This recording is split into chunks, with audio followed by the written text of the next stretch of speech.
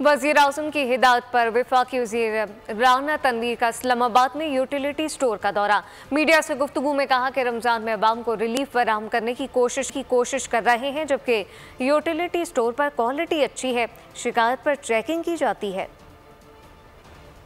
Store में दो तरह की सहूलत है। एक तो ये जो स्पेशल पैकेज है जो 12.5 अरब रुपए का है, जिसमें काफ़ी सारा डिस्काउंट है।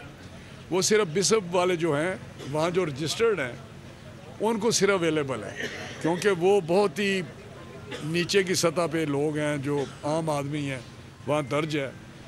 और उसको भी उन्होंने ज़्यादा किया। पहले 40 पॉइंट्स जो पूरे करता था आम आदमी तो उसको ये सहूलत मिलती थी, लेकिन वज़ीर आज़म साहब ने ये 63 पॉइंट्स कर दिए, 60+ 60 के ऊपर, ताकि उसमें और ज़्यादा लोग आ गए। और उसमें मेरा ख्याल है 3 करोड़ जो फैमिलीज़ हैं, 96 लाख फैमिलीज़ उसमें शामिल हो।